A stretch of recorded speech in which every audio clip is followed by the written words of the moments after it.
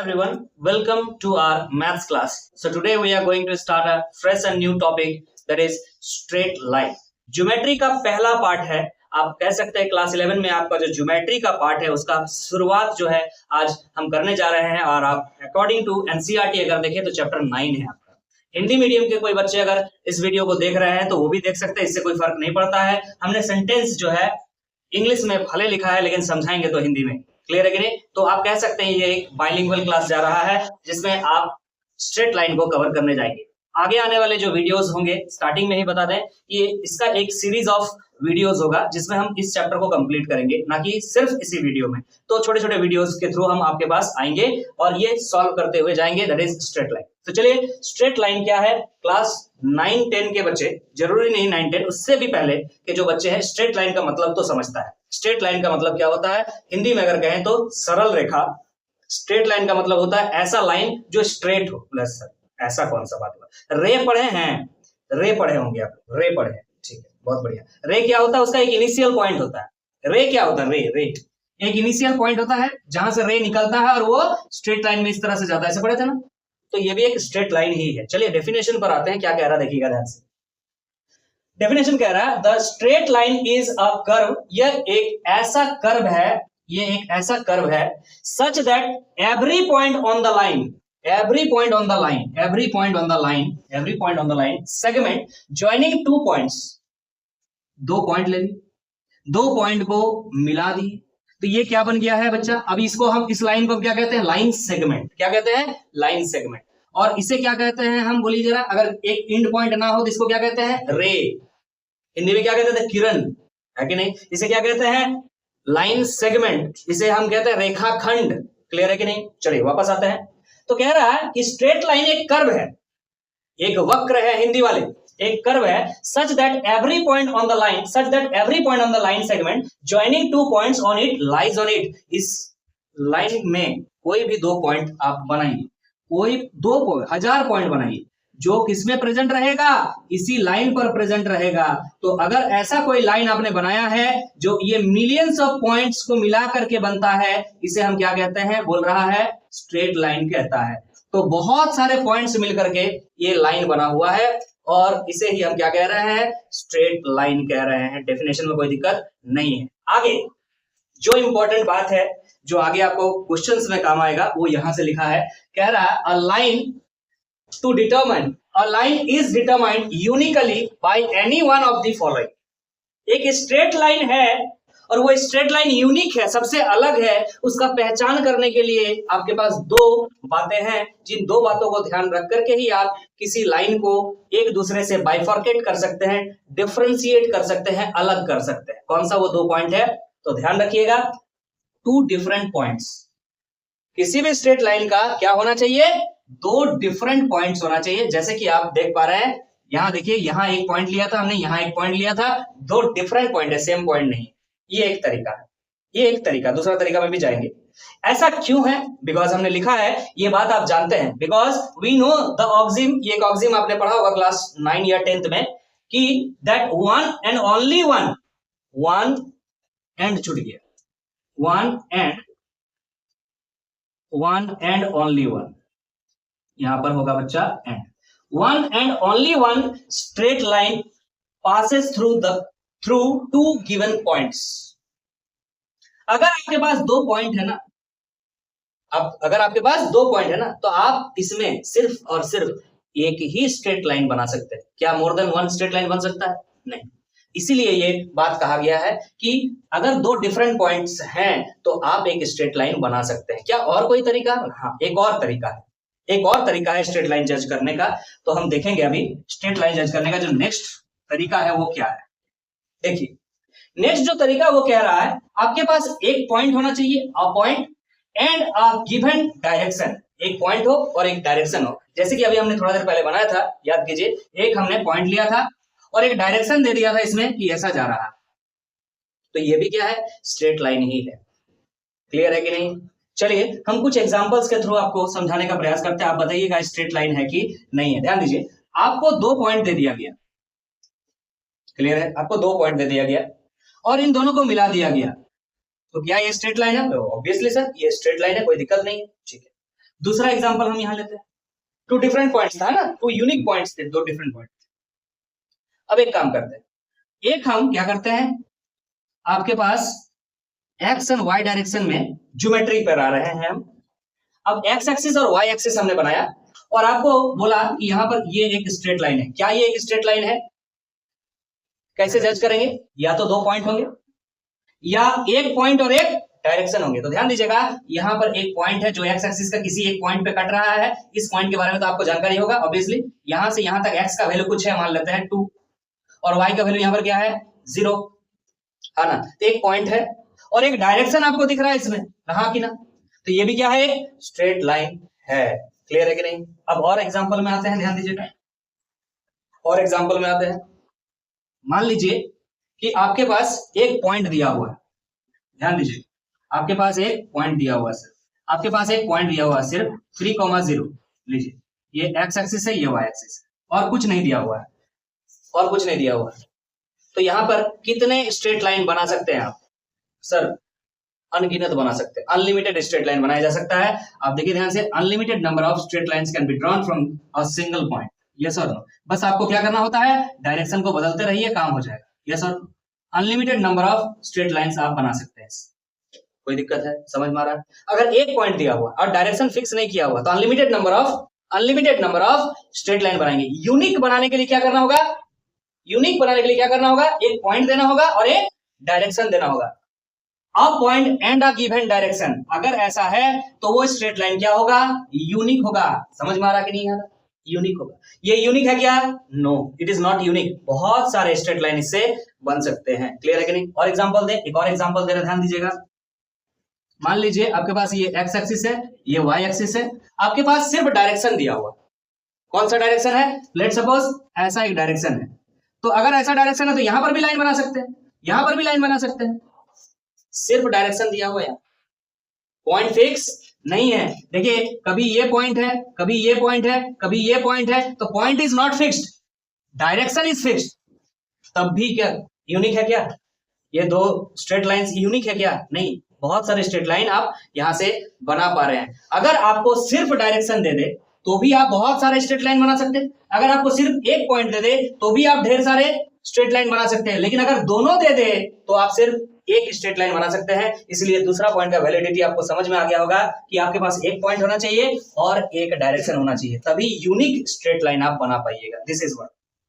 Clear है? और पहला वाला बात जो है यहां से आपको समझ में आ रहा होगा कि इसके पास सिर्फ 2 पॉइंट्स हैं, तब तो स्ट्रेट लाइन एक ही होगा। ये ऑक्सिम से आप क्लास 9-10 से पढ़े हुए हैं। So this is all about the introduction of straight line, जो कि आपको समझना जरूरी था। स्ट्रेट लाइन अगर यूनिक है तो 2 ही कंडीशन रिपीट कर रहे हैं, या तो 2 पॉइंट्स होंगे या एक पॉइंट और एक डायरेक्शन होगा। अगर एक पॉइंट सिर्फ है तो बहुत सारे लाइन बन सकते हैं, और अगर सिर्फ एक डायरेक्शन है तो भी बहुत सारे स्ट्रेट लाइन हो सकते हैं। यूनिक बनाने के लिए एक पॉइंट और एक पर्टिकुलर डायरेक्शन होना चाहिए, या सिर्फ 2 पॉइंट्स होने चाहिए, 2 डिफरेंट पॉइंट्स होने चाहिए। क्लियर है कि नहीं है? आगे बढ़ जाए, चलिए नेक्स्ट स्लाइड की तरफ हम आगे बढ़ेंगे। अब हम आगे बढ़ रहे हैं, ध्यान दीजिएगा। अब कुछ फॉर्मूलाज डिस्कस करने जा रहे हैं डायरेक्टली, जो कि आप ऑलरेडी क्लास 9 या 10 में पढ़ चुके हैं। जैसे कि लिख रहा है distance between 2 points P x1, y1 and Q x2, y2।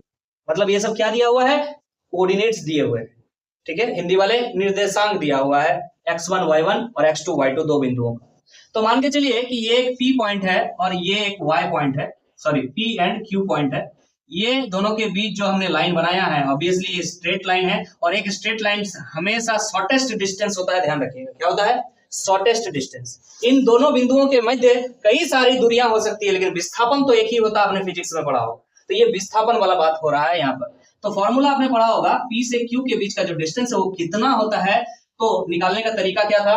तो सर x2 माइनस x1, क्या लिखते थे? x2 माइनस x1 का whole square plus y2 minus y1 का होल स्क्वायर, और क्या लगा देते थे? Under root. क्यों लगाते थे? क्योंकि इधर भी स्क्वायर होता था, उस स्क्वायर को हटाने के बाद इधर आप ऐसे लगाते थे।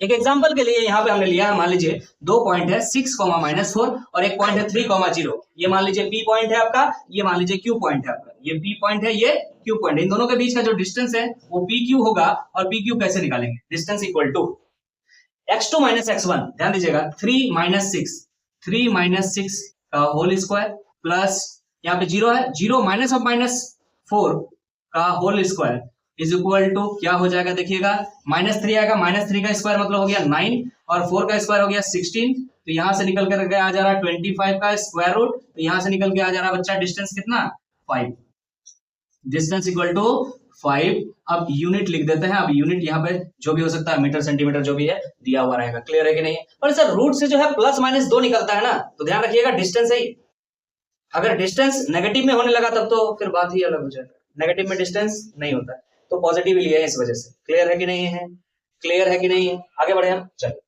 अब हम आते हैं सेक्शन फॉर्मूला। ये आपने पढ़ा होगा क्लास 10th में जाकर, क्या कहता है कि मान लीजिए आपके पास एक लाइन है, ये देखिए एक लाइन है जो कि आपने अभी थोड़ा देर पहले बनाया था, लेट्स सपोज इन दोनों के बीच का डिस्टेंस निकालना है, वो हमको आ चुका है, दिस इज द फॉर्मूला आप देख रहे हैं। अब आपको क्या करना है, एक इंटरनली यहां लिखा है ब्रैकेट में, इंटरनली कोई एक पॉइंट लेना है, एनी पॉइंट, मान लीजिए ये जो पॉइंट है ये ए है, ये पॉइंट जो है वो बी है, और इंटरनली एक पॉइंट कहीं भी ले लीजिए आप, यहां पर ले लेते हैं, ये पॉइंट हमने ले लिया, ये पॉइंट जो है ये जो एपी लाइन है इसको दो भाग में बांट रहा, दिख रहा है, एक भाग है एपी और दूसरा भाग है बीपी, क्लियर है कि नहीं। अब वो बांट रहा है तो किस रेशियो में, किस अनुपात में बांट रहा है ये देखना होता है। तो लेट सपोज ये है M1 और ये है M2, यहां पर जो बांटने का अनुपात है, रेशियो है, वो क्या है M1:M2 है, ध्यान रखिएगा M1:M2। कई बुक में जो है MN करके लिखा है, हम M1 M2 करके रखे हुए हैं, क्लियर है। अब आपको पहले से A का निर्देशांक जिसे आप कोऑर्डिनेट कह रहे हैं ये पता होगा, दैट इज x1 y1, इसका भी निर्देशांक आपको पता होगा, ये M2 लिखा हुआ है, यहाँ पर ठीक से लिखिएगा, यहाँ पर क्या है x2 y2, कोई दिक्कत है, ये आपको पता है पहले से। अब आपको क्या करने के लिए बोला जा रहा है, ध्यान से सुनिएगा, अब आपको पूछा जा रहा है कि ये जो P पॉइंट आपने लिया है इसका कोऑर्डिनेट बताइए कितना होगा, इसका कोऑर्डिनेट कितना होगा, how much comma how much, clear है कि नहीं। तो लेट सपोज ये x और ये क्या होगा y होगा, क्लियर है कि नहीं है, क्लियर होगा, क्लियर हो गया, समझ में आ गया। P का कोऑर्डिनेट निकालना है, इसी को क्या कहते हैं सेक्शन फॉर्मूला, क्या होगा उसको नेक्स्ट बात है, लेकिन क्या निकालना है समझ में आया। ये P पॉइंट का कोऑर्डिनेट क्या होगा, हम मान लेते हैं कितना है x, y, और x, y कैसे निकालेंगे, तो यहाँ पे देख रही बता रहे हैं एक ही बार में x, y क्या होगा। तो सबसे पहले हम बात कर लेते हैं x कितना होगा, फिर y के बारे में बात करेंगे, क्लियर है कि नहीं। x कैसे निकालेंगे, x अगर निकालना है, ध्यान दीजिएगा, x अगर निकालना है तो क्या करना होगा, यहां देखिएगा M2 into x1 फिर M1 into x2, दोनों को क्या करना होगा, ऐड करना होगा और डिवाइड कर देना होगा ये जो रेशियो में बटा हुआ है। तो हम लिखने जा रहे हैं M1, अगर M1 आपने पहले लिखा तो M1 into x2 कर दीजिए, प्लस क्या हो जाएगा ये M2 into x1, M2 into x1, और डिवाइड में क्या हो जाएगा, जो रेशियो टोटल लेंथ है उसको कर दीजिएगा, टोटल जो है रेशियो वो कर दीजिएगा। ये किसका कोऑर्डिनेट हो गया, x कोऑर्डिनेट आ गया, मतलब P का x कोऑर्डिनेट आ गया, क्लियर है। अब उसका y कोऑर्डिनेट कैसे निकालेंगे, एकदम सिमिलर है, क्या करना होता है M1 into y2, इसको कॉमा दे देते हैं, M1 into y2 plus M2 into y1 divide bye क्या हो जाएगा M1 प्लस M2। सर ये सब हम जानते थे, बहुत बढ़िया बात है, आपको रिकॉल करा रहे हैं, बस हमें पता है कि आपको ये सब चीज क्लास 10 में सिखाया गया है, आपको रिकॉल करा रहे हैं क्योंकि क्वेश्चंस में जरूरत पड़ेंगे आगे, तो आपको पता होना चाहिए, क्लियर है कि नहीं। आगे बात करते हैं, तो ये सर इंटरनली अगर इस तरह का बात है तब ऐसा होता है, अगर यही पॉइंट इंटरनली मतलब समझ में आ रहा है, ये जो AB लाइन है उसके बीच में कहीं पर आपने डाला, एकदम मिड पॉइंट नहीं बोल रहे कहीं भी, लेकिन बीच में, अगर बाहर चला जाए ये पॉइंट, ये फॉर्मूला नहीं लगेगा। अरे समझ में आ रहा है, फिर क्या लगेगा उसके बारे में अगर हम आपको बात करना है तो ध्यान रखिए, इतना ही सिर्फ आपको बता रहे हैं, फिजिक्स में हमने वैसे बताया होगा, ये अगर बाहर में चला जाए, ये एक्सटर्नल हो जाए ना, तो यहाँ पर जो आपको प्लस दिख रहा है उसको माइनस कर दीजिएगा, यहाँ पर जो प्लस दिख रहा है उसको माइनस कर दीजिएगा, बाकी नीचे प्लस ही रहेगा, क्लियर है कि नहीं, समझ में आ रहा है। बाकी जरूरत जब पड़ेगा तो देखा जाएगा, फिलहाल इतना से काम रखिए। एक और सेक्शन फॉर्मूला पर बात करेंगे, सेम सेक्शन फॉर्मूला पे, लेकिन जो रेशियो है दोनों का वो क्या होगा, सेम होगा, मतलब मिड पॉइंट पर बात कर लेते हैं। ये लीजिए आपके पास एक लाइन है, स्ट्रेट लाइन है AB, और इसका एक मिड पॉइंट है यहाँ पर, मतलब यहाँ जो रेशियो है M1 और M2 जिसको आपने बांटा था, ये जो है सेम है, M1:M2 जो है अब इसके बराबर है 1:1, मतलब सेम है, सेम मतलब कैंसिल आउट हो जाएगा, क्लियर है कि नहीं है। अरे समझ में आ रहा है कि नहीं आ रहा है। तो यहाँ पर क्या है x1 y1 और यहाँ पर क्या है x2 y2। अगर थोड़ा बहुत भी कोई बच्चा 10th पास करके आया हुआ है उसको समझ में आ रहा है, क्लियर है कि नहीं। अब यहाँ पर आपको क्या निकालना है, ये जो P पॉइंट है मान लेते हैं, इसका x, y निकालना है, मतलब इसका कोऑर्डिनेट निकालना है। तो कैसे निकालिएगा आसानी से, x, y is equal to, formula बच्चा यही लग रहा है, क्या होता है फॉर्मूला, m1 इंटू x2। तो m1 के जगह पे क्या लीजिएगा 1 इंटू x2, फिर m2 की जगह भी क्या लीजिएगा 1 इंटू x1, मतलब ऊपर क्या आने वाला है x1 प्लस x2 या x2 प्लस x1, एक ही बात है। तो हम यहाँ लिख रहे हैं x1 प्लस x2 डिवाइड में क्या हो जाएगा m1 प्लस m2, तो m1 की जगह क्या ले रहा है 1, फिर m2 की जगह भी 1, तो 1 प्लस 1 2 हो जा रहा है, तो x1 प्लस x2 बाई 2 हो जा रहा है। ये कोऑर्डिनेट हो गया x का। y का कैसे निकालिएगा, एकदम सिमिलर है, क्या हो जाएगा y1 प्लस y2 बाई 2। बोलिए क्लियर है कि नहीं।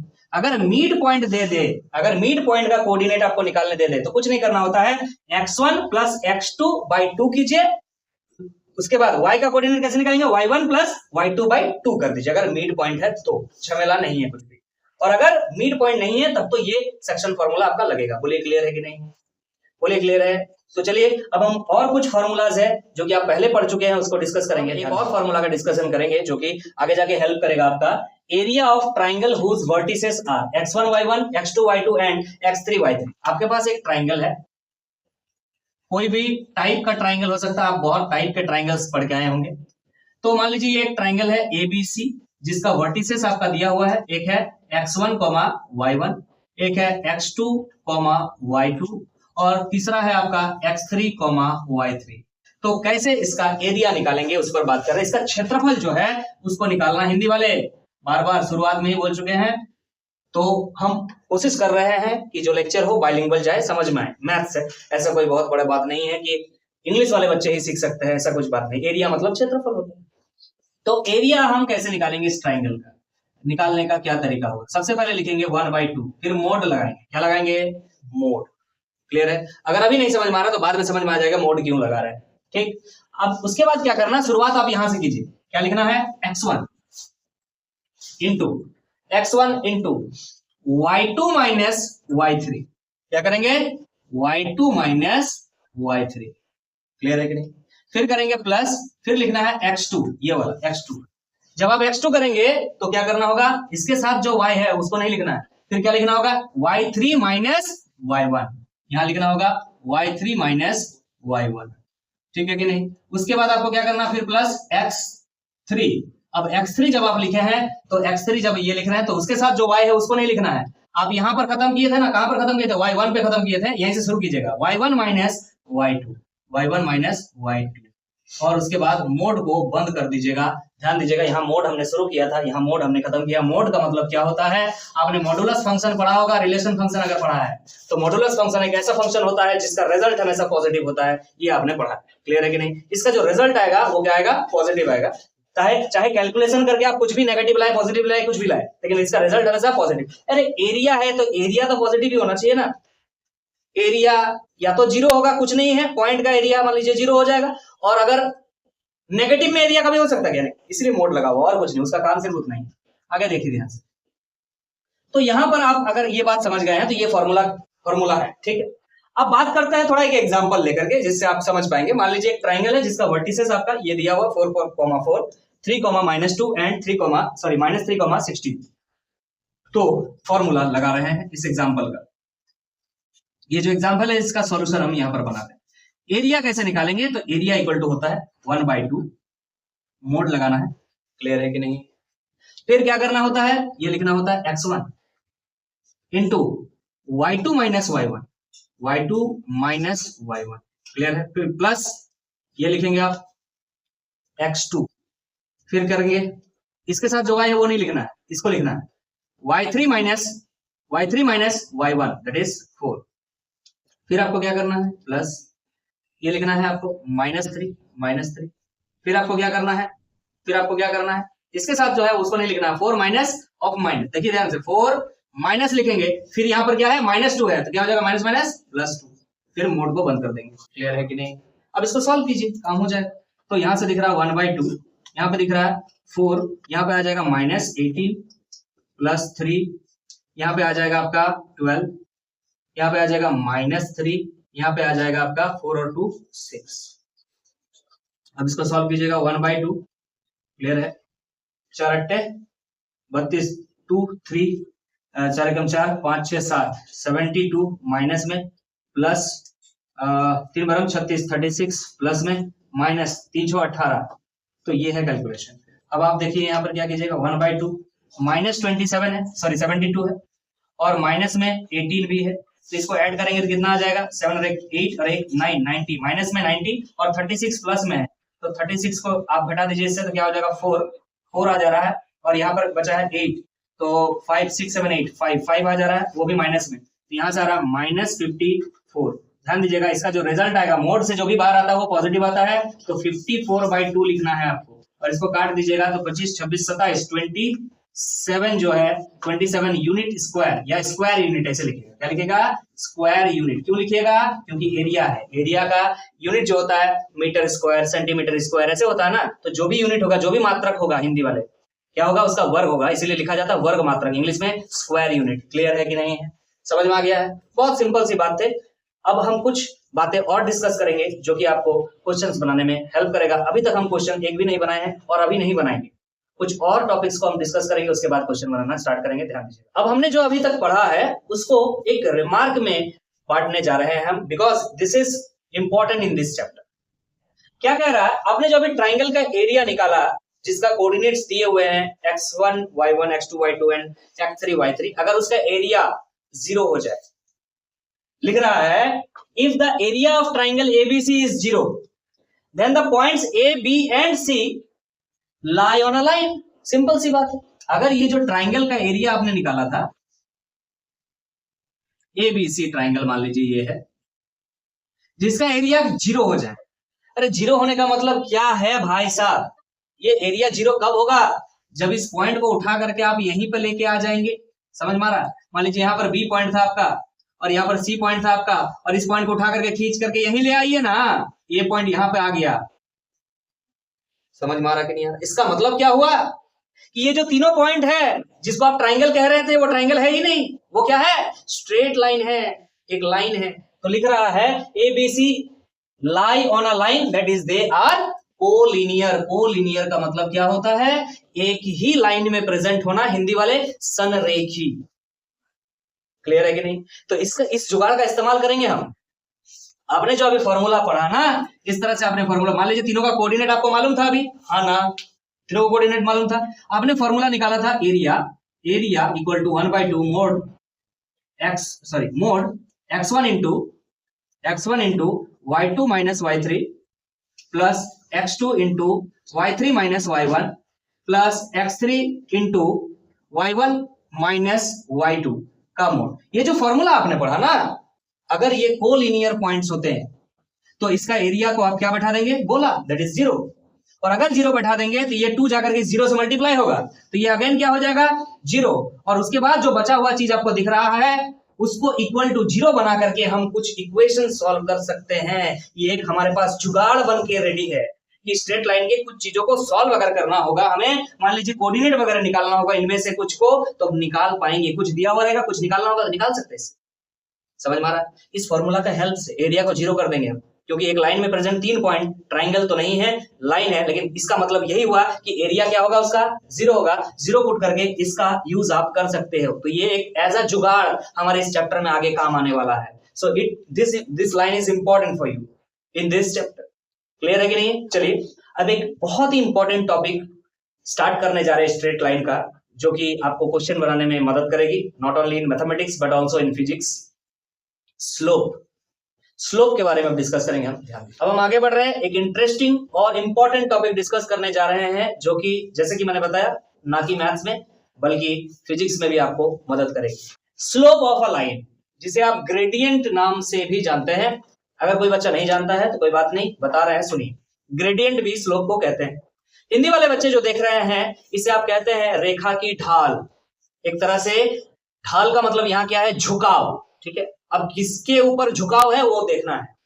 देखिए ध्यान से, the trigonometrical tangent of the angle. The trigonometrical tangent of the angle का मतलब होता है ten of the angle. Angle को हम ले लेते हैं, मान लेते हैं क्या है? थीटा। अरे ट्रिगोनोमेट्रिकल टेंजेंट क्या होता है? ट्रिगोनोमेट्री में टेंजेंट का मतलब क्या होता है? टेन। समझ में आ रहा है? साइन पढ़े हो, कोसाइन पढ़े हो, एक क्या पढ़े हो? टेन। टेन नहीं होता, फुल फॉर्म क्या है? टेंजेंट। तो trigonometrical tangent of the angle, और एंगल को हमने मान लिया क्या है? Theta. That a line makes, जो कि एक लाइन बनाता है, with the positive direction of x axis, with the positive direction of x axis. आगे हमने नहीं पढ़ा, अभी यहीं तक पढ़ा, और यहीं से बातों को समझना शुरू कीजिएगा। ध्यान दीजिएगा, हमने एक वाई एक्सिस बनाया, हमने एक एक्स एक्सिस बनाया, एक्स एक्सिस वाई एक्सिस।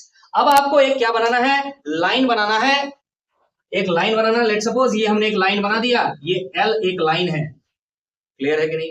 ये एल एक लाइन है, स्ट्रेट लाइन है, लीजिए स्ट्रेट लाइन है, दोनों तरफ जा रहा है, कहीं पर भी एंड पॉइंट नहीं, क्लियर है कि नहीं? अब सुनिए ध्यान से, हमने क्या बोला था? वहां तक किया। क्या बोल रहा है यहाँ पर? That a line makes with the positive direction of x axis in anti clockwise sense. Positive x axis, ये क्या है? पॉजिटिव एक्स एक्सिस, इधर जाएगा तो negative axis. Positive x axis जो इस लाइन के साथ एंटी क्लॉकवाइज सेंस में एंगल बनाता है, एंटी क्लॉकवाइज, समझ में आ रहा है? उल्टा ने इस लाइन से इधर नहीं जाना है, इस एक्स एक्सिस से उधर जाना है, एंटी क्लॉकवाइज। मारेंगे एक थप्पड़ ना, अभी हिल जाएगा। इधर समझा रहे, तुम क्या कर रहा है? टोपी तो खोल, पूछ रहा है, समझ में आ रहा क्या बोले? पॉजिटिव एक्स एक्सिस से लाइन की तरफ क्या लेना है? एंगल को लेना है। तो एंटी क्लॉकवाइज हमने लिया, एंटी क्लॉकवाइज सेंस में हमने एंगल को लिया। तो ये जो थीटा है, ये यही वाला थीटा है, इसके बारे में बात कर रहा है, क्लियर है कि नहीं? फिर से शुरुआत से पढ़ते हैं। The trigonometrical tangent of the angle, मतलब ट्रिगोनोमेट्रिकल टेंजेंट मतलब tan थीटा, और वो थीटा कौन सा है ये बता। That a line makes with the positive direction of x axis in anti-clockwise sense is called the slope or gradient of the line। यही है gradient of the line। ये जो थीटा दिख रहा है, इसको अगर tan के साथ लिख देंगे, वही क्या है? स्लोप है। लेकिन जनरली जो स्लोप है उसको किस तरह से रिप्रेजेंट करते हैं? देखिएगा, the slope of a line is generally denoted by m। अगर ये m है तो m को हम क्या लिख सकते हैं? m equal to tan theta लिख सकते हैं। बोलिए क्लियर? समझ में आ रहा है कि नहीं? ये एंगल क्या है बच्चा? आप कह सकते हैं this is inclination of line L. Hindi वाले बच्चे, एल लाइन का धनात्मक एक्स अक्ष के साथ झुकाव, पॉजिटिव एक्स एक्सिस में ये कितना झुका हुआ है ये बता रहा है, क्लियर है कि नहीं? नेगेटिव एक्स एक्सिस कभी जीवन में नहीं लेना है, और एक्स एक्सिस से ही एंगल को मेजर करना है, वो भी कौन सा डायरेक्शन में? एंटी क्लॉकवाइज डायरेक्शन में। क्लियर है कि नहीं है? क्लियर है कि नहीं है? समझ में आ रहा है? आपसे हम ये बात पूछ रहे हैं, एक और देखिए, ध्यान से देखिए। ये हमने ले लिया वाई एक्सिस, ये हमने ले लिया एक्स एक्सिस। एक लाइन हमने बनाया, ध्यान दीजिएगा, एक लाइन हमने बनाया ऐसा, ये मान लीजिए इसका स्टार्टिंग पॉइंट है, ये इधर जा रहा है। आपको बोल रहे स्लोप निकालिए, कैसे निकालिए?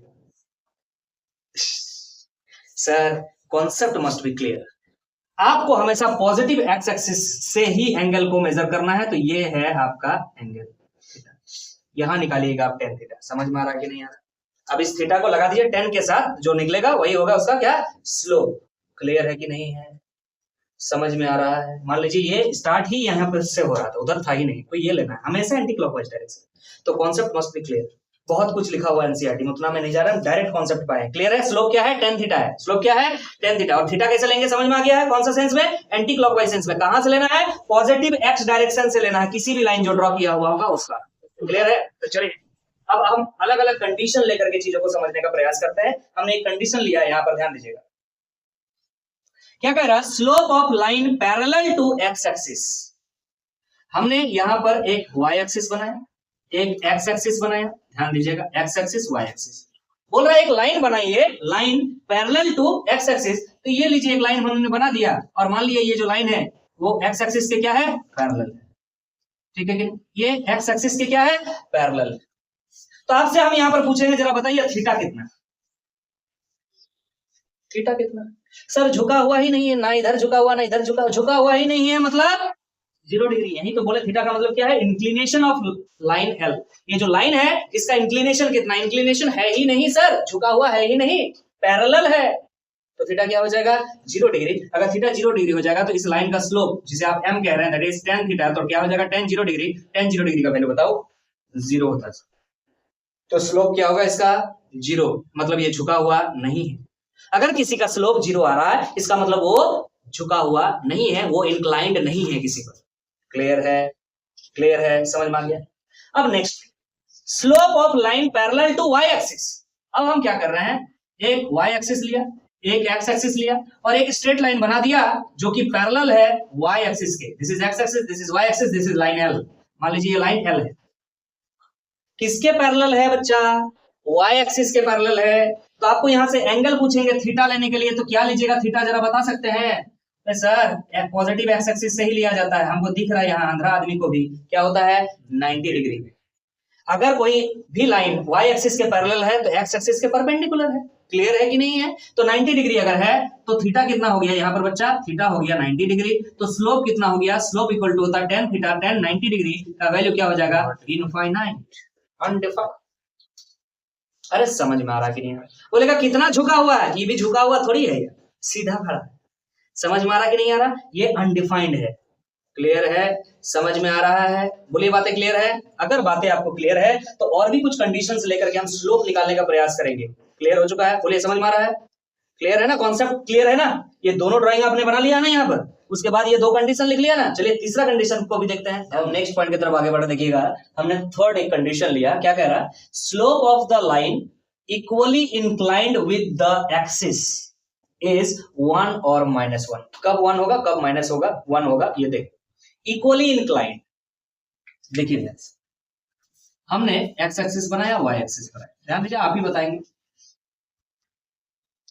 हम एक ग्राफ बना रहे हैं इस तरह का। एक काम करते हैं थोड़ा सा इधर भी, अच्छा चलो कोई बात नहीं, ऐसे ले लेते हैं, ठीक है। एक और ग्राफ आपके सामने बनाते हैं, एक और ग्राफ बनाएंगे जिसमें थोड़ा सा इधर हम एक्सिस को लेके चलेंगे और ग्राफ को इस तरह से बनाएंगे। ये है मेरा लाइन L और इस ग्राफ में है, ये है मेरा लाइन, ये y एक्सिस है, ये x एक्सिस, ये y एक्सिस है, ये x एक्सिस। तो यहां पर जो एंगल आपको दिख रहा है ये है आपका, मान लीजिए 135 डिग्री, और यहां पर जो एंगल आपको ये दिख रहा है वो है आपका 45 degree. You can say this is acute angle and this is obtuse angle. Yes sir. यहां पर आपसे थीटा पूछे तो 2 मिनट में बता दीजिएगा सर। 2 मिनट बहुत बोला, 2 सेकंड में। हमको पॉजिटिव एक्स एक्सिस की तरफ से लेना होता है एंगल, हमने लिया है कितना है 45 डिग्री। तो यहाँ पे आपने लिख लिया slope equal to tan 45 degree. tan 45 degree का वैल्यू कितना हो गया? 1 हो गया। तो ये 1 कब हो रहा है आपको समझ में आ गया होगा। क्लियर है? अच्छा -1 कब? Check out. अगर ये 135 है तो इधर कितना है? बोलो रे, बोलो रे। तो सर 45, हाँ कि ना? उल्टा उल्टा उसका क्या होगा? 45 होगा। और उल्टा ले, अगर एंटी क्लॉकवाइज एंगल लेते हैं तो पॉजिटिव लेते हैं, और अगर क्लॉकवाइज एंगल लेंगे तो -45 लेंगे, हाँ ना? तो यहां पर आप लिखेंगे थीटा का वैल्यू कितना, पॉजिटिव एक्स एक्सिस से देखा जाता है तो 135 आपको दिख रहा है ना? हाँ ना? क्लियर है कि नहीं? तो जरा इसका जरूरत नहीं था, फिर भी आपको बताया कि यहाँ पर क्या लिखना होता है आपको सर? स्लोप लिखना होता है। स्लोप निकालना है तो 10 क्या करेंगे? 10 सर 135 डिग्री। क्या 135 डिग्री को आप 135 डिग्री को आप क्या लिख सकते हैं? 135 डिग्री को आप 180 डिग्री -45 डिग्री लिख सकते हैं, हाँ ना? क्लियर है? अब आपका क्या होगा? 180 आपका जो 0 डिग्री सॉरी 90 और 270 भी चेंज होता है। 10 यहाँ पे चेंज नहीं होगा क्योंकि 180 दिख रहा है, तो 10 का 10 रह जाएगा। 180 माइनस कौन सा क्वाड्रेंट चलेगा यहाँ? 180 दिख रहा है यहाँ पर, 180 माइनस मतलब सेकंड क्वाड्रेंट। सेकंड क्वाड्रेंट में 10 क्या होता है? नेगेटिव होता है। क्लियर है कि -45 डिग्री। बताइए जरा कितना आ रहा वैल्यू? माइनस का लिख दिया, 1045 का वैल्यू 1 होता है। तो ये -1 कब आ रहा? समझ में आ रहा? जब एंगल कितना हो जाए? जब एंगल कितना हो जाए?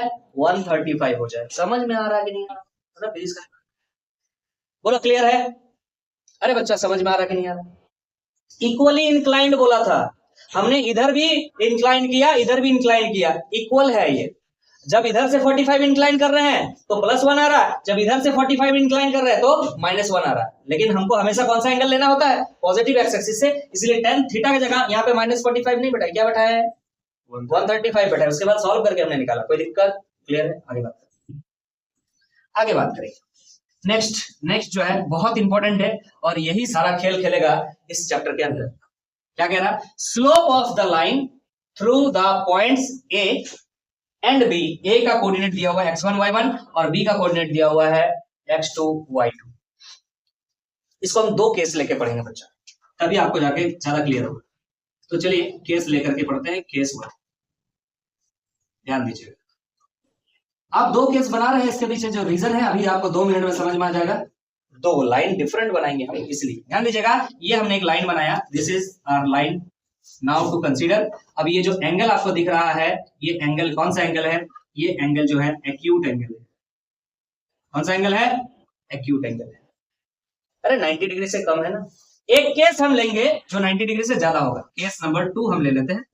केस नंबर 2 हम ले लेते हैं, जो हम क्या करेंगे यहाँ पर, हम यहाँ पर ले लेते हैं एक लाइन जिसका एंगल 90 डिग्री से ज्यादा हो जाए। लीजिए अब है ये हमारा लाइन L, ये y एक्सिस है, ये x एक्सिस है। ये जो एंगल आपको दिख रहा है थीटा, जो कि क्या है, theta is obtuse, theta is obtuse angle, 90 degree से ज्यादा है, यहाँ पर 90 डिग्री से कम है। तो दो केस हमने बना लिया। चलिए इस केस के लिए हम समझते हैं। पहले एक काम करते हैं, यहाँ पर बोला गया है slope of the line through the points A and B, तो इस लाइन में हम 2 पॉइंट लेने का कोशिश करेंगे। अब चलिए इस लाइन को थोड़ा सा बड़ा करते हैं, इस लाइन को थोड़ा सा बड़ा करते हैं। चलिए ध्यान दीजिएगा, हमने एक पॉइंट ले लिया यहाँ पर बच्चा ए पॉइंट, और यहाँ पर एक पॉइंट ले लिया बी पॉइंट। ध्यान दीजिएगा, इसका कोऑर्डिनेट क्या है आपको समझ में आ रहा है, x1 y1। तो यहाँ से आप ले लीजिएगा, ये यहाँ तक कितना है, x1 है यहाँ पर, और यहाँ पर क्या है, y1। यहाँ पर इसका कोऑर्डिनेट क्या है, बोल रहा है x2 y2। तो यहाँ पर इसका कोऑर्डिनेट क्या हो जाएगा, यहाँ पर हो जाएगा आपका x2, और यहाँ पर क्या हो जाएगा, y को भी थोड़ा सा बड़ा कर देते हैं। इस पर क्या हो जाएगा, यहाँ पर दिस इज y2। क्लियर है, बोलो समझ में आ रहा है। हम बोल रहे हैं यहाँ थीटा अगर एंगल है, इस लाइन को अगर इस तरह से बढ़ाया जाए तो ये एंगल कितना होगा, ये भी थीटा ही होगा, है ना। क्लियर है। अगर ये थीटा होगा तो इस ट्राइंगल पर ध्यान दीजिए, इस पॉइंट का एक नाम दे देते हैं ए बी, इसका नाम दे देते हैं सी। समझ में आ रहा कि नहीं, in triangle A B C. ध्यान दीजिए, ट्रिगोनोमेट्री लगाएंगे, थीटा आपको दिख रहा है यहाँ पर, हमें क्या निकालना है, tan थीटा। स्लोप निकालना है ना बच्चा, तो स्लोप अगर निकालना होगा तो आप क्या निकालेंगे, tan थीटा निकालेंगे। और tan थीटा इक्वल टू क्या हो जाएगा, जरा बताइए। tan थीटा इक्वल टू क्या होता है, p by h, sorry p by p। तो सामने दिख रहा है ये वाला p है, that is bc, p by b ये वाला है, दैट इज ac। बोलो क्लियर है कि नहीं। अगर ये बात क्लियर है तो आप बताइएगा slope that is m equal to यहाँ पर क्या आ रहा है, ये bc कितना है, और रेड कलर से बनाते, कुछ और कलर दे देते ताकि आपको समझ में आए। दिस इज BC, और ये BC कितना है जरा बताइएगा, और ये AC जो है कितना है ये बताइए। आपको दिख रहा है यहाँ पर हायर वैल्यू क्या है, y2, ये क्या है y1, तो ये वैल्यू कितना हो जाएगा, y2 माइनस y1। और ये कितना होगा, हायर वैल्यू सर x2, और ये हायर लोअर वैल्यू x1, तो ये क्या हो जाएगा, x2 माइनस x1। बोलिए क्लियर है कि नहीं। सो स्लोप बिकम्स, BC के जगह पे हम लिख रहे हैं y2 minus y1 divide by x2 minus x1। बोलो क्लियर है कि नहीं। ये स्लोप तब होगा जब एंगल क्या है, एक्यूट है, तब होगा। क्लियर, समझ में आया, बोलो क्लियर है, मस्त समझ में आ रहा है, बढ़िया समझ। जब एंगल ऑब्ट्यूज ले लेंगे तब क्या होगा, कोई बात नहीं, ठीक है सर ले लेते हैं। अब इसके लिए आपको ज्योमेट्री थोड़ा बहुत आना चाहिए, है ना। बढ़े आगे हम, यस 2 पॉइंट लेते हैं, चलो ध्यान से, यहाँ पर एक पॉइंट ले लेते हैं, यहाँ पर एक। क्लियर है, ध्यान से देखिए, यहाँ पर हमने एक पॉइंट लिया और यहाँ पर एक पॉइंट लिया। थोड़ा छोटा हो रहा है क्या, बड़ा बना दे, थोड़ा सा बड़ा बना देते, कोई दिक्कत नहीं, थोड़ा सा बड़ा बना देंगे, आपको दिखेगा अच्छा से, समझ में आएगा अच्छा से, कोई बात नहीं। आप लोग भी कोशिश कीजिए कि बड़ा सा बनाए ताकि समझ आए। ये लीजिए हमने कितना बड़ा बना, this is X axis, this is Y axis, और लाइन हमने ड्रॉ किया इस तरह से। This is our line to discuss. Angle हमको यहां दिख रहा है, कौन सा एंगल है, ये ऑब्ट्यूज है, 90 से ज्यादा है। 2 पॉइंट लेना है, एक पॉइंट हमने यहां ले लिया, एक पॉइंट हमने यहां ले लिया। ये पॉइंट है A, let's suppose this is A, this is B. तो यहाँ पर जो कोऑर्डिनेट है ए का हम मान लेते हैं x1 है, और ये y1 है, और ये जो कोऑर्डिनेट है ये क्या हो जाएगा, यहाँ पर बताओ जरा, यहाँ पर x2 है मान लेते हैं, और यहाँ पर y2 है मान लेते हैं। बोलिए क्लियर है कि। अरे ए का कोऑर्डिनेट आपने माना है x1 y1, और बी का कोऑर्डिनेट आपने माना है x2 y2। क्लियर है कि। नाउ सी, अगर ये एंगल आपका दिख रहा है थीटा, तो यहाँ पर जो ये वाला एंगल है, अच्छा ये वाला एंगल नहीं सर, ये वाला एंगल, ये वाला बी पॉइंट यहाँ पर है। अगर लाइन ऐसे बनाई जाए यहाँ पर, तो ये वाला एंगल भी क्या होगा, थीटा। बोलो हाँ कि ना। अरे बोलो हाँ कि ना। अगर ये एंगल थीटा है तो ये कितना एंगल है बताओ जरा फटाक से। बोले सर 180 माइनस थीटा होगा, हाँ ना। कितना होगा बच्चा, ये जो एंगल होगा यहां पर हम लिख सकते हैं 180 डिग्री माइनस थीटा। क्लियर है कि नहीं। तो यहां पर भी जो एंगल होगा वो भी क्या होगा 180 माइनस। लेकिन हमें क्या चाहिए, tan थीटा चाहिए, हाँ ना। हमें क्या चाहिए, tan थीटा चाहिए, ये वाला चाहिए, तब ना स्लोप निकलता है। tan थीटा निकालेंगे, कैसे निकालें सवाल। तो अब आप इस एक काम कीजिए, इस ट्राइंगल को कंसीडर करें ए बी, और इस पॉइंट को अभी थोड़ा देर के लिए क्या मान लीजिए सी। अगर ऐसा है तो लिखेंगे in triangle ABC, in triangle ABC. Slope निकालना, स्लोप होता है m और m होता है tan थीटा के बराबर। क्लियर है कि नहीं है, समझ में आ रहा है। स्लोप होता है tan थीटा का बराबर, लेकिन ये थीटा तो है नहीं, ये क्या है 180 माइनस थीटा। यस और अगर आप यहां ध्यान दें तो this is not theta, this is 180 minus theta. यहां लिखे है ना, ये 180 माइनस थीटा जो दिख रहा है यहाँ पे वही होगा। यहाँ पे अगर थीटा लिखा हुआ है तो ये भी क्या होगा, थीटा होगा। यहाँ पर इधर वाला थीटा होगा, ये पॉइंट है आपका बी पॉइंट, यहाँ लिखिए। बोले क्लियर, समझ में आ रहा है कि नहीं आ रहा बच्चा। आपको लेकिन tan थीटा निकालना है। आप कैसे निकालिए, आप कैसे निकालिए। आप यहाँ पर थीटा लिए हैं, आप ये 180 माइनस थीटा निकाल सकते हैं। 2 मिनट के लिए हम कह रहे हैं आपसे, क्या बोल रहे हैं 180 माइनस थीटा निकाल सकते हैं। तो चलिए एक काम करते हैं, अभी डायरेक्ट तो स्लोप इससे नहीं निकल पा रहा सर, ये बोलिए आप। सर इससे डायरेक्ट tan थीटा नहीं निकल पा रहा है, तो एक आप काम कीजिए, इस ट्राइंगल में ए बी सी जो ट्राइंगल आपको दिख रहा है इसमें आप tan 180 माइनस थीटा ही निकाल के दिखाइए ना। ये स्लोप नहीं है, लेकिन this is not the slope, tan theta is the slope. तो ये है 180 माइनस थीटा, तो tan थीटा इक्वल क्या हो जाएगा, इससे सामने वाला p बाय b। p मतलब हो गया AC बाय BC या CB, जो भी बोलो एक ही बात है। क्लियर है कि नहीं। और tan 180 माइनस थीटा क्या होता है, माइनस tan थीटा। क्या होता है बोलो रे, माइनस tan थीटा होता है। हो गया काम। इज इक्वल टू AC की जगह आप कितना लिखोगे, AC कितना देखो y1 माइनस y, क्या है y1 माइनस y। बोलो हाँ कि ना। Divide by higher limit minus lower limit होता है। अभी थोड़ा देर पहले ना y2 ऊपर था y1 नीचे था, यहाँ पर y1 ऊपर है y2 नीचे। क्या कर सकते हैं, higher limit minus lower limit कर। BC higher limit minus lower limit, x2 minus x1, ये जैसा था वैसे ही। कोई दिक्कत बताओ जरा। इस माइनस को उधर लेके चले जाओ अगर, तो क्या हो जाएगा tan theta is equal to y2 minus y1 divide by x2 minus x1। होगा कि नहीं होगा बोलो, होगा कि नहीं होगा। और tan थीटा कुछ और नहीं, यही तो स्लोप है। स्लोप क्या है, स्लोप तो यही tan थीटा है।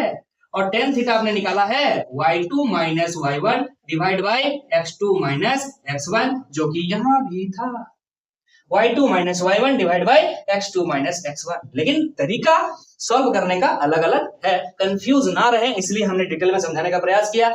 दोनों ही फॉर्मूलाज सेम है, टेंशन नहीं है। चाहे वो एक्यूट हो चाहे वो ऑब्ट्यूज हो, आपको हमेशा क्या करना है y2 minus y1 divide by x2 minus x1 ही करना है स्लोप निकालने के लिए। Getting my point. अभी प्रूफ करके हमने दिखा दिया, फिर बाद में ये मत बोलिएगा क्वेश्चन बनाते समय सर ये वाला एक्यूट है वो वाला ऑब्ट्यूज है तो क्या अलग अलग हो जाएगा। नहीं, कुछ नहीं करना है। क्लियर है कि नहीं है। अगर आना रहेगा बच्चा, ये थीटा जब आप ऑब्ट्यूज बैठाइएगा ना, ऑब्ट्यूज का मतलब क्या हो रहा है 90 से ज्यादा बैठाइएगा तो ये tan थीटा का वैल्यू ऑटोमेटिक नेगेटिव आ जाएगा। जब नेगेटिव आ जाएगा तो उधर ले जाइएगा, फिर माइनस से मल्टीप्लाई कीजिएगा तो ऑटोमेटिक क्या हो जाएगा y1 पहले आ जाएगा, y2 बाद में चला जाएगा। ऑटोमेटिक होगा, वो आपको नहीं कुछ करना है, ऑटोमेटिक होगा। Maths works. समझ में आ रहा है कि नहीं आ रहा है। तो स्लोप के बारे में ये सारे कहानी थे, और भी कुछ इंपॉर्टेंट बातें हैं जो डिस्कस करेंगे, फिर एक्सरसाइज आप बना पाइएगा। अब हम आगे बढ़ रहे हैं, ध्यान दीजिए, कुछ और पॉइंट्स का डिस्कस करेंगे। क्या कह रहा है, slope of the line ax plus by plus c equal to 0 अगर है, और इसमें b जो है 0 नहीं होना चाहिए, कभी गलती से भी 0 नहीं होना चाहिए, मतलब y कोऑर्डिनेट होना ही चाहिए। इसका स्लोप अगर निकालना होगा तो स्लोप इक्वल टू आप डायरेक्टली याद रख सकते हैं माइनस a बाई बी होता है। और यहाँ लिखा है b is not equal to 0, आपको समझ में आ रहा होगा कि b डिनोमिनेटर में है, हिंदी वाले हर में है, डिनोमिनेटर में 0 नहीं होना चाहिए। अच्छा, ये कैसे आया तो आपको हम बताएंगे थोड़ा देर के बाद। थोड़ा देर के बाद मतलब आप हो सकता है कि एक एक्सरसाइज आप बना ले, उसके बाद जो स्ट्रेट लाइन आप पढ़ रहे हैं, स्ट्रेट लाइन का जो इक्वेशन होता है ना, वो होता है y equal to mx plus C. क्या होता है, y equal to mx plus C. अगर इसको थोड़ा सा चेंज करें, इस इक्वेशन को इस फॉर्मेट में लाने का प्रयास किया जाए, तो आप ध्यान दीजिएगा यहां पर बी वाई है, अगर बी वाई हमने लिखा है, लिखिए पहले, इज इक्वल टू क्या हो जाएगा, ये जो आपको ए एक्स दिख रहा है उधर जाएगा तो क्या हो जाएगा माइनस ए एक्स, बोलो हाँ कि ना, और ये सी जो दिख रहा है उधर जाएगा माइनस सी हो जाएगा, बोलिए क्लियर है कि नहीं। अब y इक्वल टू क्या हो जाएगा, b को डिवाइड करना होगा, minus A by B X minus C by B, आपको दिख रहा है कि नहीं दिख रहा, बोलिए हाँ कि ना, क्लियर है कि नहीं। अभी ये क्या चीज है, ये क्या चीज है उसके बारे में बाद में हम लेटर में डिस्कशन करेंगे, अभी डिस्कस नहीं कर रहे, लेकिन m क्या है ये तो आपको पता है, m क्या है, स्लोप है। तो ये देखिए इन दोनों को कंपेयर करके ध्यान दीजिएगा, x के पहले जो होता है, x के पहले जो होता है वो क्या होता है, स्लोप होता है। यहाँ पे दिख रहा है स्लोप, हमने डायरेक्ट लिख दिया आपको minus A by B, clear है कि नहीं, ठीक। बाकी डिटेल में बाद में समझाया जाएगा, ठीक। आगे बात करते हैं, slope of two parallel lines are equal. मान लीजिए आपके पास दो लाइन है, ध्यान दीजिएगा, दो लाइन है आपके पास, ध्यान दीजिएगा, पहले हमने बना लिया एक्सिस, एक बना दिया एक्स एक्सिस, एक वाई एक्सिस, इस पर हम दो लाइन बना रहे हैं। एक लाइन लीजिए, ये हमारा एक लाइन है एल लाइन, एक और लाइन हम बना दिए, ये लाइन, ये एम लाइन है, और आपको दिख रहा है ये दोनों लाइन क्या है, पैरेलल है, समांतर है। अगर ये दोनों लाइन पैरेलल है तो पक्का ये एक्स एक्सिस से ये लाइन जितना झुका हुआ होगा ये भी उतना ही झुका हुआ होगा, that is inclination is same, मतलब थीटा अगर सेम होता है तो टेन थीटा सेम होता है, मतलब स्लोप सेम होगा। यही बात यहाँ पर लिखा हुआ है, slope of two parallel lines are equal, दोनों का ही स्लोप क्या होगा, जो भी होगा सेम होगा, क्लियर है कि नहीं। आगे बात करते हैं, if m1 and m2 be the slopes of two perpendicular lines, एक लाइन है, मान लीजिए इस तरह से एक लाइन है, ये एक लाइन है, स्ट्रेट लाइन है L, एक लाइन और है इस तरह से है, मान लीजिए ये एक लाइन है M, ये एक दूसरे पर परपेंडिकुलर 90 डिग्री पर है। तो इन दोनों का स्लोप अगर दिया हुआ है, मान लीजिए इसका स्लोप दिया हुआ है m1, इसका स्लोप दिया हुआ है m2, जब इन दोनों के स्लोप को मल्टीप्लाई कीजिएगा आप ना m1 इंटू m2, तो क्या आंसर आएगा, हमेशा -1 आएगा। इस रिजल्ट को याद रखिएगा, काम आएगा। अगर किसी लाइन का स्लोप पता है, एक और लाइन का स्लोप पता है आप, और दोनों लाइन आपस में परपेंडिकुलर हो, तो दोनों के स्लोप को मल्टीप्लाई करने से क्या आता है, -1 आता है। कैसे आप यूज करेंगे तो आपको समझ में आ जाएगा धीरे धीरे, क्लियर है कि नहीं। बहुत डेरिवेशन की तरफ आप आगे नहीं जा रहे, जरूरत नहीं। आगे कुछ पॉइंट्स लिखा हुआ है जो आपको आना चाहिए, हो सकता है थ्योरेटिकल क्वेश्चन में आपसे पूछ लिया जाए इस तरह से। आपको पता है m can be defined as tan theta, हम जानते हैं कि m को क्या लिख रहे हैं आप, tan थीटा लिख रहे हैं, बोला हाँ कि ना, m को tan थीटा लिख रहे हैं, लेकिन m को tan थीटा आप तभी लिख सकते हैं, ये कंडीशन है, m को tan थीटा आप तभी लिख सकते हैं जब थीटा का जो वैल्यू है वो 0 से पाई हो, मतलब 0 से 180 डिग्री हो, लेकिन इस बीच में एक एंगल होता है π/2 दैट इज 90 डिग्री, वो नहीं होना चाहिए। क्योंकि अभी थोड़ा देर पहले आपने पढ़ा, इस तरह से ग्राफ बनाया था और पैरेलल टू y एक्सिस आपने ग्राफ इस तरह से बनाया था, और हमने बोला था यहाँ थीटा का वैल्यू 90 डिग्री है, अगर 90 डिग्री था तो tan 90 डिग्री का वैल्यू क्या आपने बताया था, अनडिफाइंड है। तो स्लोप क्या होता है, अनडिफाइंड होता है, कहां पर, अगर 90 डिग्री है तो, क्लियर है कि नहीं है, थीटा का वैल्यू 90 डिग्री, तो ये नहीं होना चाहिए। बाकी सभी एंगल्स के लिए ये वैलिड होता है, याद रखिएगा। m equal to tan theta नहीं होता है जब 90 डिग्री एंगल हो, तो फिर क्या होता है उसके बारे में बात अलग से करना पड़ेगा, क्लियर है कि नहीं है। अरे समझ में आ रहा है कि नहीं आ रहा है, ठीक। तब हम tan थीटा के फॉर्मेट में तो इसको नहीं लिख सकते, तो फिर क्या लिखेंगे वो भर आगे का डिस्कशन है। आगे बात करते हैं, if 3 points A, B and C are collinear, अगर 3 पॉइंट है, कौन सा 3 पॉइंट है, ध्यान दीजिएगा, 3 पॉइंट है, मान लीजिए ये A है, ये B है और ये C पॉइंट है, 3 पॉइंट है और तीनों क्या है, कोलिनियर है, मतलब एक ही लाइन पे उपस्थित है, एक ही लाइन पे प्रेजेंट है। देन क्या कह रहा है, स्लोप ऑफ AB जो होगा, स्लोप ऑफ BC होगा और स्लोप ऑफ AC होगा, तीनों आपस में बराबर होगा। ये AB लाइन का जो स्लोप होगा, ये BC लाइन का जो स्लोप होगा और ये जो टोटल AC लाइन का जो स्लोप होगा, सबका बराबर होगा। क्यों, अरे एक ही लाइन में तो ये तीनों पॉइंट प्रेजेंट है। अगर इस लाइन को उठा करके तुम किसी भी जगह पर रखोगे, मान लो इस लाइन को उठा करके तुमने ऐसा रख दिया, लो ये क्या है, ABC, तो ये जो AB लाइन है जितना एंगल बना रहा है, ये जो BC लाइन है उतना ही एंगल बनाएगा, और ये जो AC लाइन है उतना ही एंगल बनाएगा। इसका मतलब क्या है, सबका स्लोप सेम ही तो है। कोलिनियर जो पॉइंट्स होते हैं उनके बीच जो लाइन बन रहे होते हैं उनके स्लोप जो है क्या होता है, इक्वल होते हैं आपस में। बोलिए, I hope you guys are clear. बहुत जगह इधर उधर लिख दिया आप लोगों को, तो कंफ्यूजन नहीं होना चाहिए, सब समझाने समय हमने लिखा है, क्लियर है कि नहीं बच्चा लोग, समझ में आ गया है। ये सब लिखने की आवश्यकता नहीं है, ये समझाने वाली पॉइंट्स थी तो हमने आपको समझा दिया है, बाकी जो लिखना चाहिए इतना ही लिखना है, आपको क्लियर हो गया होगा। By the help of these things, you can solve NCERT हम देख रहे हैं, और एनसीईआरटी में आप एग्जाम्पल से स्टार्ट कीजिएगा, कोई क्वेश्चन छोड़ने का प्रयास बिल्कुल भी मत कीजिएगा। एग्जाम्पल 1 से लेकर के आप बनाना स्टार्ट कर सकते हैं। एग्जाम्पल 1 आप बना सकते हैं, उसके बाद आप चले जाइएगा एग्जाम्पल 2 आप आराम से बना सकते हैं, एग्जाम्पल 3 आप बना सकते हैं, इवन एक्सरसाइज 9.1 आप बना सकते हैं। So the very next class will be on based on these questions. तो आज हमने जो थ्योरी कवर किया, इसके हेल्प से हम इन क्वेश्चंस को बनाने का कोशिश करेंगे। तब तक आप जो है कोशिश जरूर कर लीजिएगा। जो भी डाउट होगा आप कमेंट बॉक्स में कमेंट भी कर सकते हैं। फिर मिलते हैं उस वीडियो में जहां पर हम क्वेश्चन सॉल्व कर रहे होंगे on the basis of these concepts. Thank you so much.